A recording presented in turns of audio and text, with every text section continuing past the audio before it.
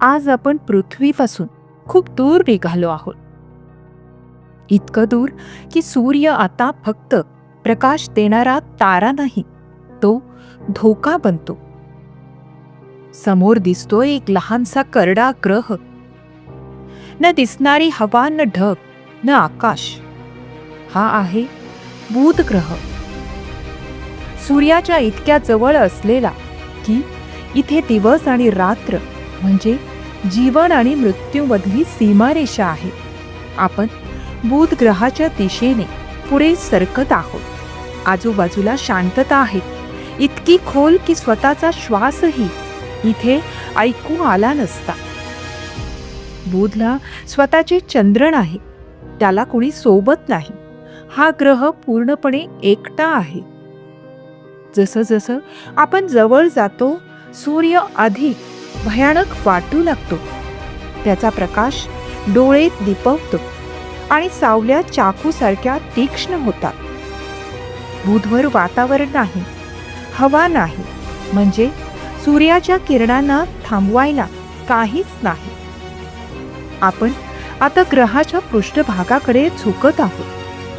खाली दिसणारे खोल खड्डे हे लाखो वर्षापूर्वी झालेल्या उल्का आदळण्याच्या जखमा आहेत.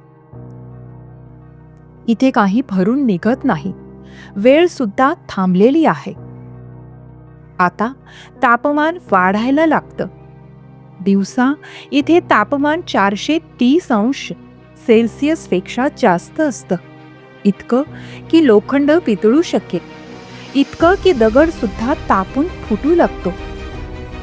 पण इथे खरी भीती अजून सुरूही झालेली नाही.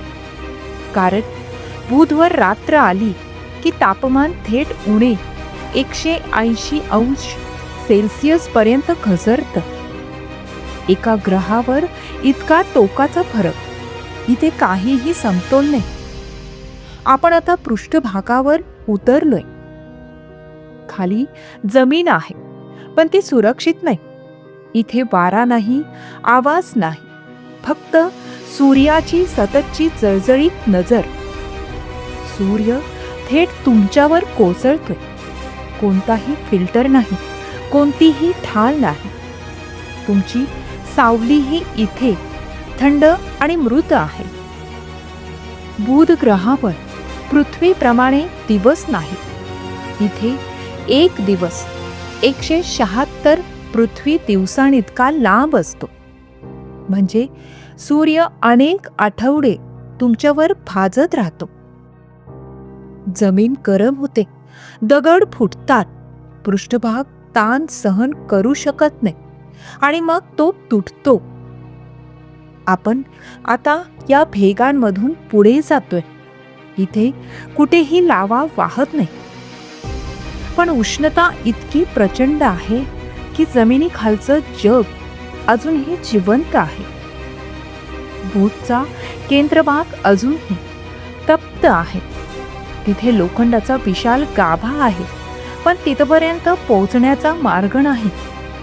हा ग्रह तुम्हाला आत येऊ देत नाही, तो तुम्हाला वरच चालतो. इथे तुम्ही पडत नाही, इथे तुम्ही दडपले जात नाही. इथे तुम्ही हळूहळू नाहीसे होता.